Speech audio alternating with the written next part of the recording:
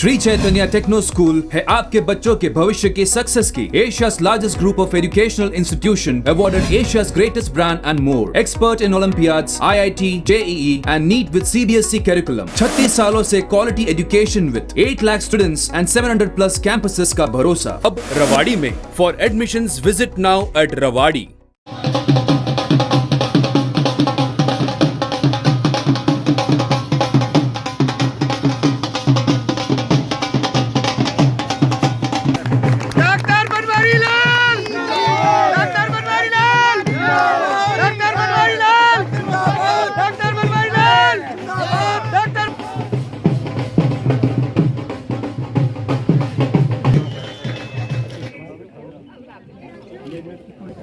माननीय डॉक्टर बनवारी लाल जी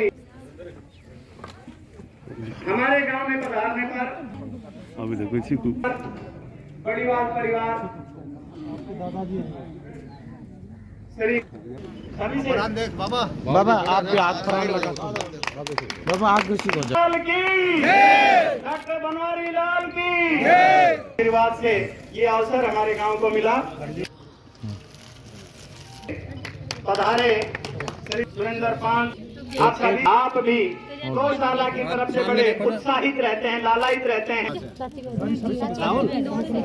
गौशाला समिति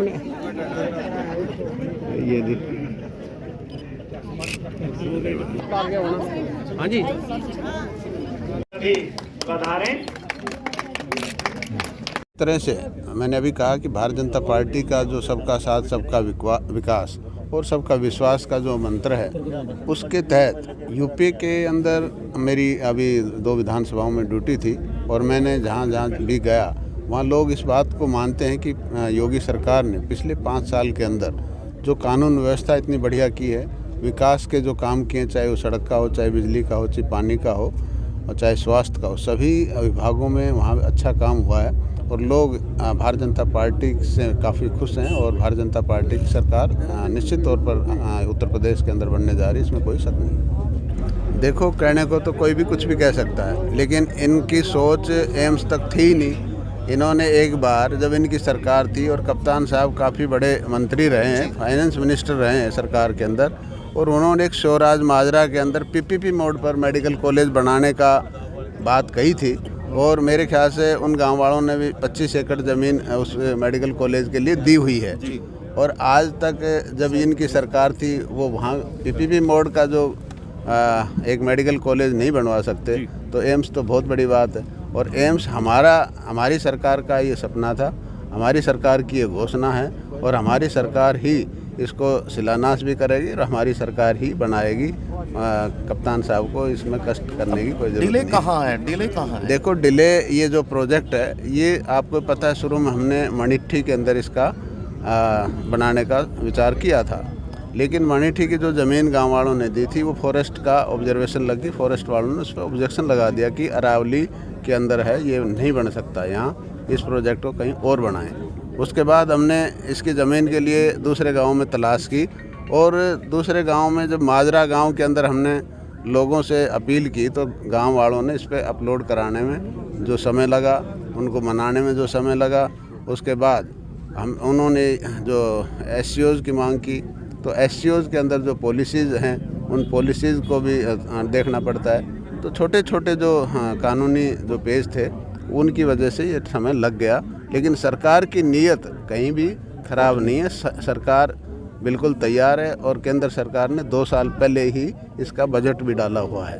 तो अब लगभग इसका जब भी जो पैसा है वो सरकार ने अपना तय कर रखा है और कल ही मेरी DC साहब से बात हुई तो उन्होंने कहा सारे जो इश्यूज़ थे वो सोल्व हो गए हैं और अगले 1 हफ्ते 10 दिन के अंदर हम किसानों की पेमेंट शुरू कर देंगे देनी। जब किसानों को पेमेंट हो जाएगी, ज़मीन मेडिकल एम्स के नाम से हो जाएगी, तो उसके बाद इसका शिलान्यास हम करवाएंगे। जो पैसा 80 करोड़ ज़मीन का और 1 करोड़ 63 लाख इन्होंने अपने स्ट्रक्चर जिनके कुएं हैं, जिनके मकान हैं, उनका भी पैसा सरकार ने पास कर दिया है। वो भी मतलब DC साहब के खाते में आ गया है और जल्दी ही इसकी पेमेंट कर इस पर हम कार्रवाई करेंगे। देश में अब है कि ये टुकड़े टुकड़े गेंद का है और सरकार के चुनाव को देखते हुए सरकार की छवि करने का, धूमिल करने का प्रयास है। देखो, निश्चित तौर पर ये जो इनका कांग्रेस का दोहरा चेहरा है वो सामने आ रहा है। अभी जैसे प्रियंका गांधी कहती है जो कुछ भी पहन सकते हैं, वो अधिकार है, तो भाई जो ड्रेस कोड है वो तो मानना ही चाहिए ना। संस्थाओं का ड्रेस कोड मायने रखता है, तो ये तो गलत है ना। ये तो चुनाव को मतलब के अंदर ये माहौल ख़राब करने के लिए कांग्रेस की साजिश है। को हम तो काफ़ी साल से सुन रहे हैं और मुद्दा आता है, विधानसभा में भी उठता है, लेकिन इसका कोई कार्रवाई आगे नहीं हो रही, क्योंकि देखो पंजाब में कांग्रेस की सरकार थी और कांग्रेस के मुख्यमंत्री ने जो फैसला था उसको निरस्त किया और काम नहीं होने दे रहे। तो उसको देखते हुए एक दूसरा रास्ता निकाला जाए ताकि हमें इधर दक्षिणी हरियाणा में पानी ये आपकी सलाह है? नहीं, सलाह नहीं है, ये काम चल रहा है प्रोजेक्ट पे प्रोसेस में। हाँ, नहीं, उसका MOU हो गया है और उस पर काम चल रहा है। क्या योजना है ये? इसका योजना है कि हिमाचल से पानी बंद पाइप से लाके और हम इधर लेके आएँ ताकि पंजाब का रास्ता बाईपास हो जाए। तो पंजाब वाले तो लेने नहीं देंगे, तो उसको हम इधर लाकर और उस पानी को दक्षिणी हरियाणा की तरफ लेके आएँ ताकि हमारा ये दक्षिणी हरियाणा को पानी मिल सके। एक लगातार सरकार बराबर प्रयास कहती रही है कि ई-लाइन कर दिया, ऑनलाइन कर दिया, भ्रष्टाचार खत्म हो गया। अगर रेवाड़ी और बावल की बात कर लें तो लगातार मामले देखने में आए हैं कि वहाँ भ्रष्टाचार तहसील में चरम सीमा पर है।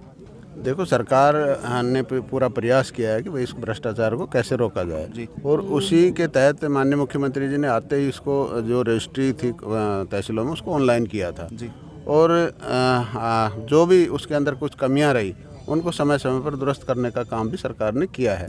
और अभी भी जो सेवनिक उसको कोई उल्लंघन करता है तो उसके खिलाफ भी कार्रवाई सरकार कर रही है। तो सरकार का ये प्रयास है कि भाई इसको रोका जाए और उसके इसी के संदर्भ में मुख्यमंत्री जी ने ये कहा था कि भाई ये एक किसी अधिकारी के पास इसका ना रहे अधिकार, तो उन्होंने SDM को भी, सिटी मजिस्ट्रेट को भी ये पावरें दी हैं ताकि तहसीलदार ही अकेला इस पे वो ना रखे। इस भ्रष्टाचार कम करने का ही एक तरीका है। विपक्ष कह रहा है कि लगातार इससे पिछले जब कोरोना था उसमें काफ़ी संख्या में रजिस्ट्रियाँ हुई थी, घोटाला हुआ था, उसकी भी सरकार ने जांच नहीं कराई। देखो, उसके अंदर भी जो लोग दोषी थे, जो भी अधिकारी दोषी थे, उनके खिलाफ कार्रवाई हुई है और सस्पेंड भी है और उनके खिलाफ कार्रवाई भी हो रही है। ऐसा नहीं, अभी कुछ एक दिन पहले मैं देख रहा था कुछ अधिकारियों को चार्जशीट भी हुए हैं, उनके खिलाफ कार्रवाई हो रही है। ठीक है।